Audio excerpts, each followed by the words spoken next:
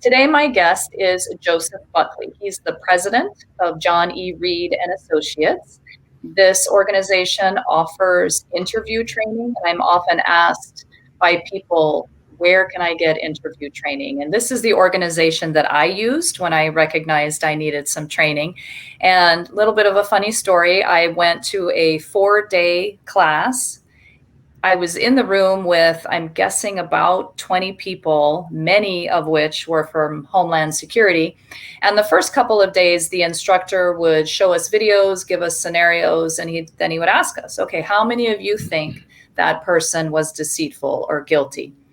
And the pattern that I noticed was my hand went up at the completely different time than the Homeland Security people. So obviously I knew my answer was wrong. Sure enough, by the end of the week in the seminar, my hand went up most of the time at the same time as theirs. So I know the class worked. I learned a lot and it was great. But I wanted to have Joe here so that he could give us his insight and his years of training. So welcome, Joe. Thank you very much. Welcome. Happy to be here. Happy to be here. Thank you. Now, I have a set of questions for you so that the listeners can learn how to recognize deception. But my first question is, does deception look pretty much the same for everybody? And the answer is, of course, no. The thing about behavior, verbal and nonverbal behavior, there's no behavior that is unique to deception. So, for example, people often think that if the individual doesn't look at you when they answer the question, they're probably lying. But in fact, some people, based on the cultural influence of their culture, may not look at us when they talk to us. People have psychological issues, lack of self-confidence, etc., may not look directly at a person when they answer them, and they're completely telling the truth. So the key to assessing someone's behavior is at the outset of the interview, try to get a baseline or norm. And so the way we do that is we talk about casual conversation, some biographical information, name, address, etc., what their current position is, how long they've been in that position, the kinds of things that they will be unlikely to lie about when we're talking about, let's say, somebody working in a hospital where drugs have been diverted and there's some suspicion some of the staff have been stealing the drugs. And so that gives us kind of a behavioral baseline.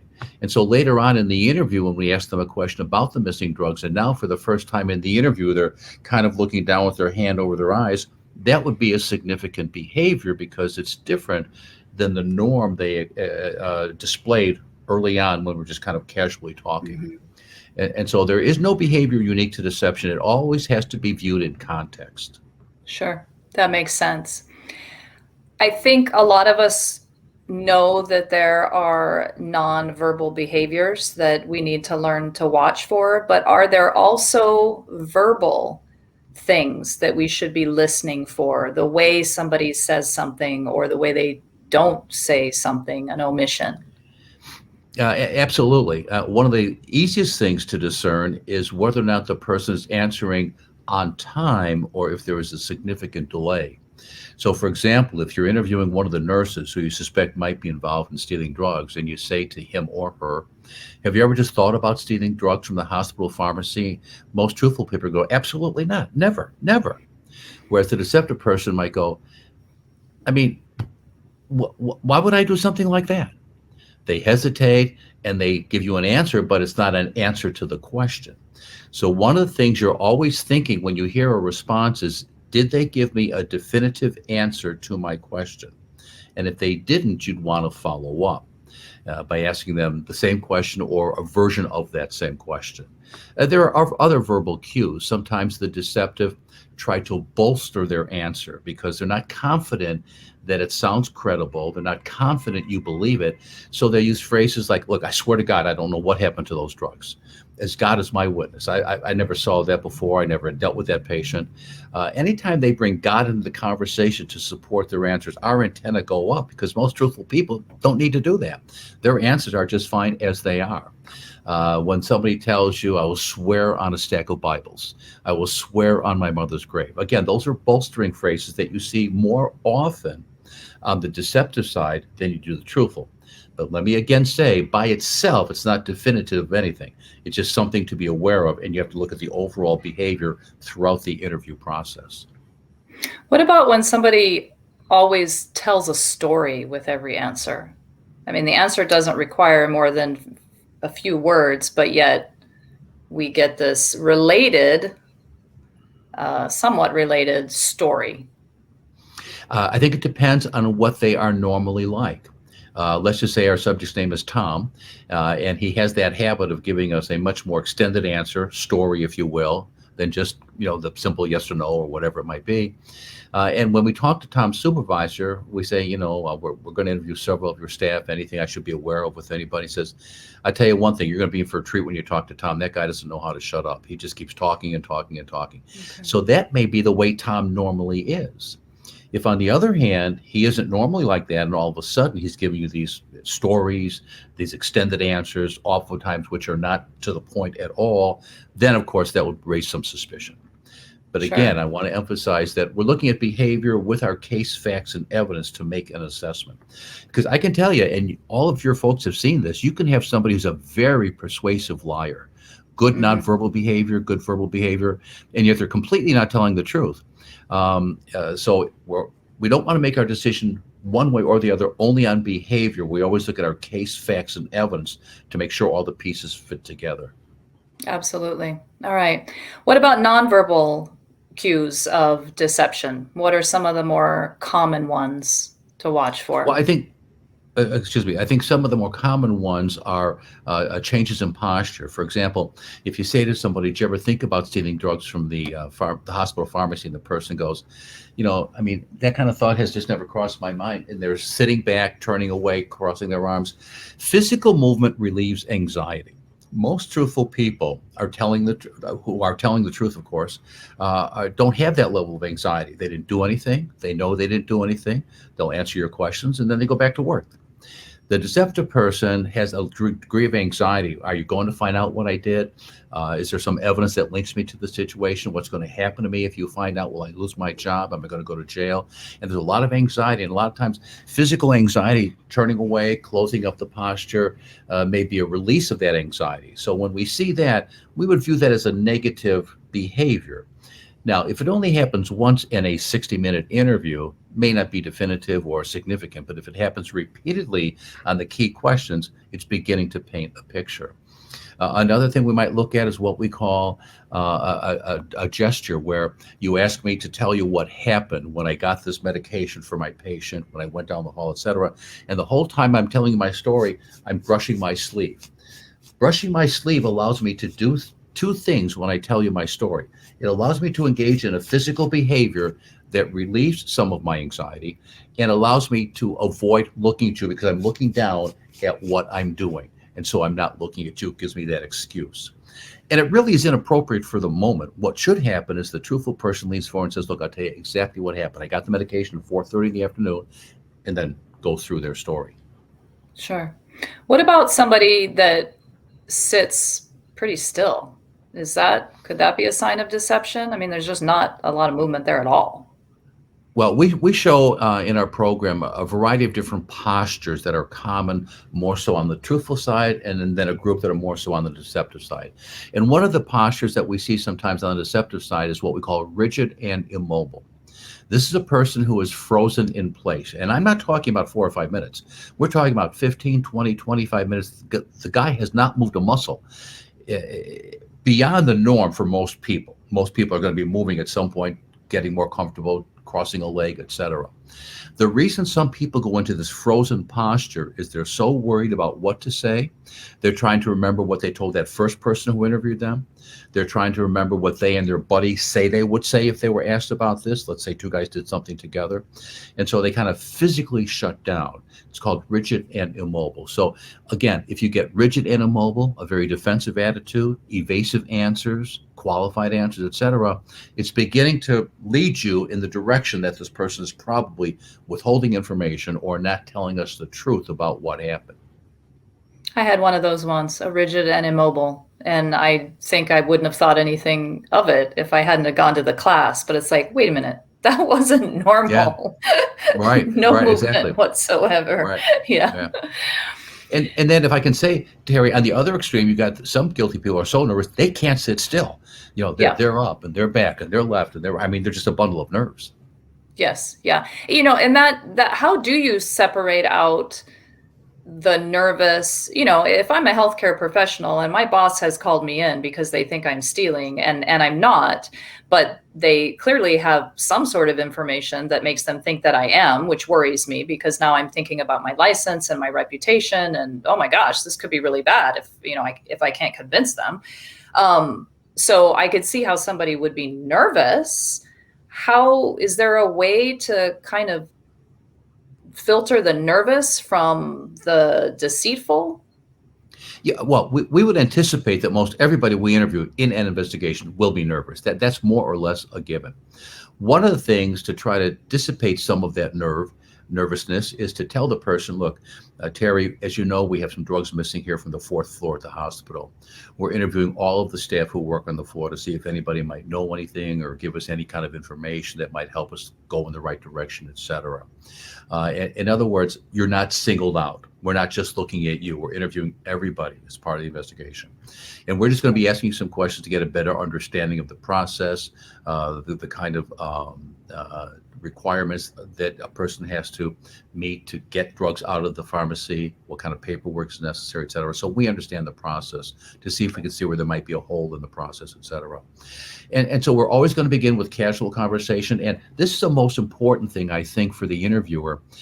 The interview should be an information gathering conversation. We're not there to accuse anybody of anything in the interview, but we're not there just to take whatever they say without probing a little bit to make sure we understand. So I always talk to my audience when we're teaching, the interview should be a neutral, objective fact finder. So we're not taking a position one way or the other. We're trying to develop information to help us decide where we want to go on the direction of this investigation. Can we eliminate this person as most likely not involved? Or does this person look like they may be withholding information and we should keep them in the mix as we continue forward with the other investigative steps?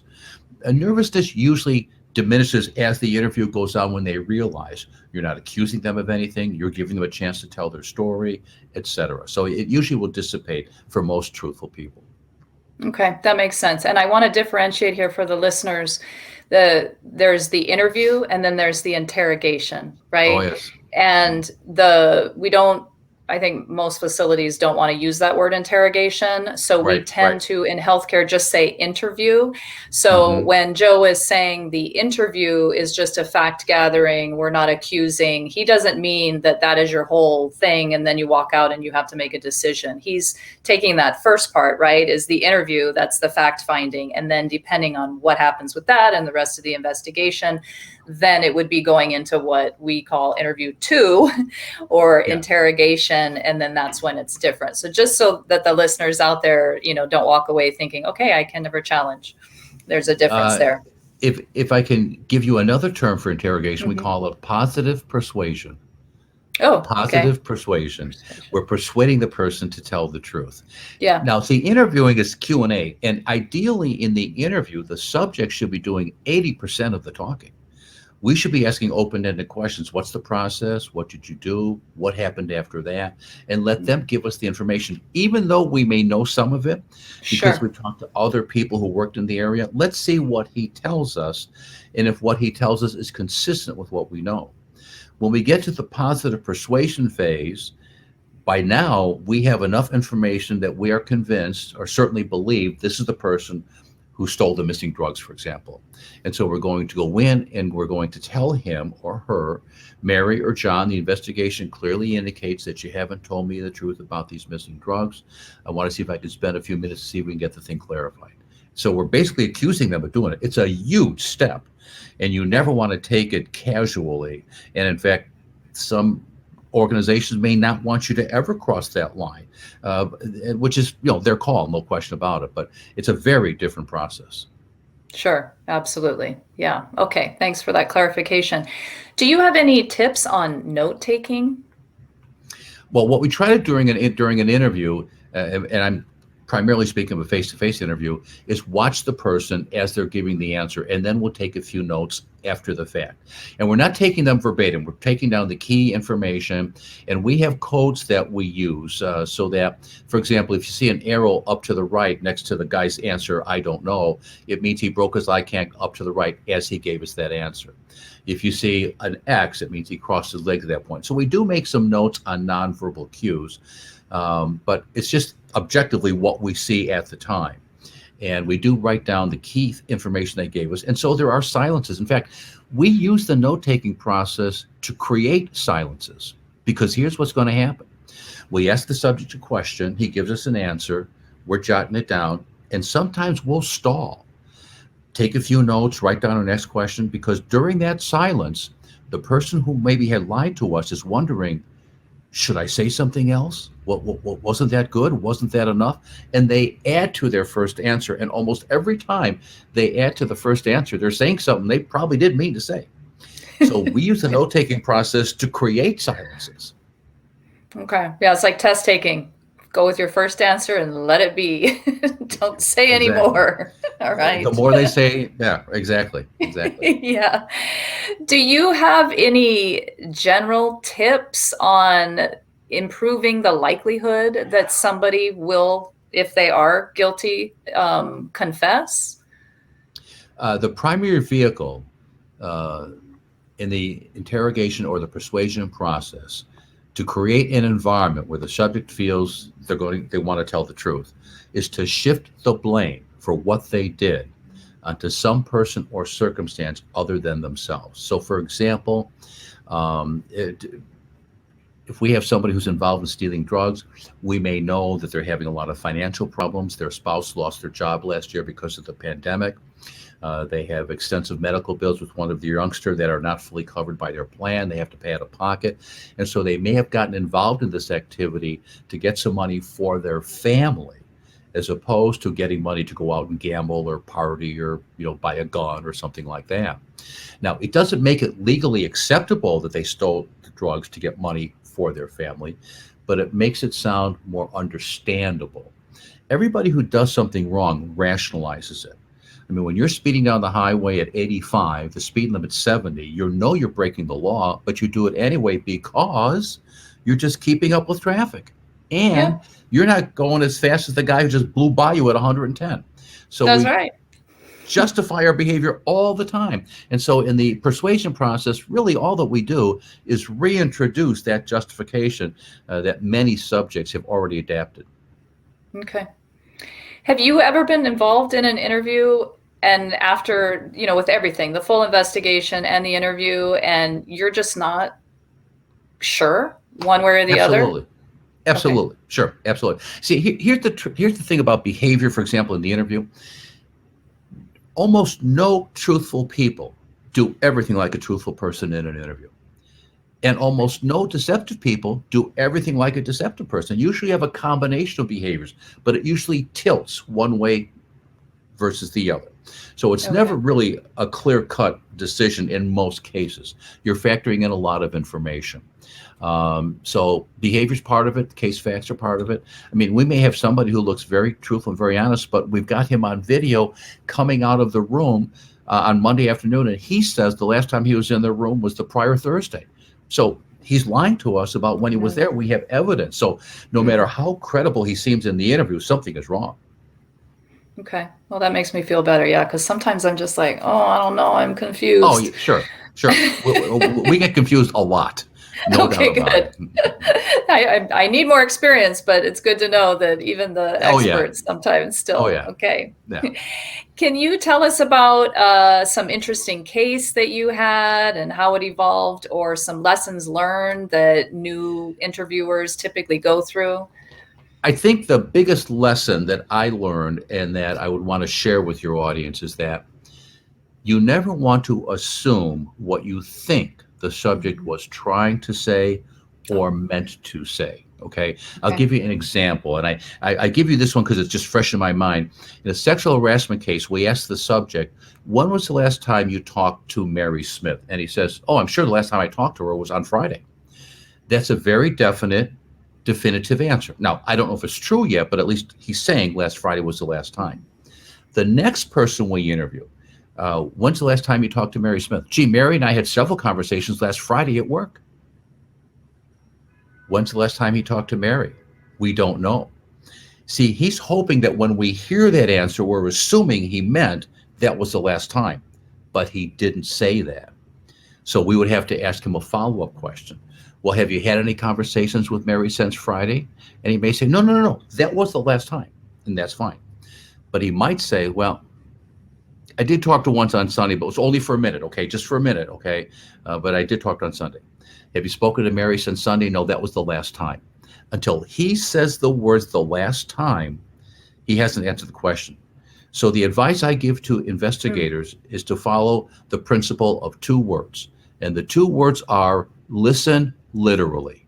Listen to exactly what they say, not what you think they were trying to say or meant to say, just exactly what they say. And if we follow that guideline, that's going to be very helpful. That's good. I'll have to listen back to our video, but when you said, I'm like, he said Friday, but now I see what you're saying. He didn't say that was the last time. And so It's, sometimes when they don't answer a question, it's a little bit more obvious than other times. So we definitely do have to listen. All right. I think that's great advice. All right. Tell us what Johnny Reid and Associates offers for people that want to develop this skill set. Oh, a variety of platforms. We have in-person training programs that we do all over the country. For the last year, or a little over a year now, we've been running Zoom training programs. They're typically 1 day in length, 6 hours of training time, if you will. We have online video training programs that we have developed. And last year, maybe shortly after COVID came in, I'd say maybe April, May, June, we developed a YouTube channel. And the Reid YouTube channel is called the Reid Technique Tips. And on there, we have about currently 23 or 24 video presentations on different elements related to the interview or the persuasion process, room setting issues, things of that nature, et cetera. So that's a great resource. Obviously, being on YouTube, it's free. It's a great resource for people. So those are the main training platforms. That's great. All right. Well, this has been great. I'm sure our listeners will get a lot out of this, because this is one area that I think a lot of healthcare professionals that are involved in the diversion monitoring space, they don't have a lot of experience in the interview piece, and maybe don't even participate. It's, left to human resources or some other entity. So this is great to get a little bit more information on that. And I want to thank you, Joe, for spending this time with us. My pleasure. Thank you very much.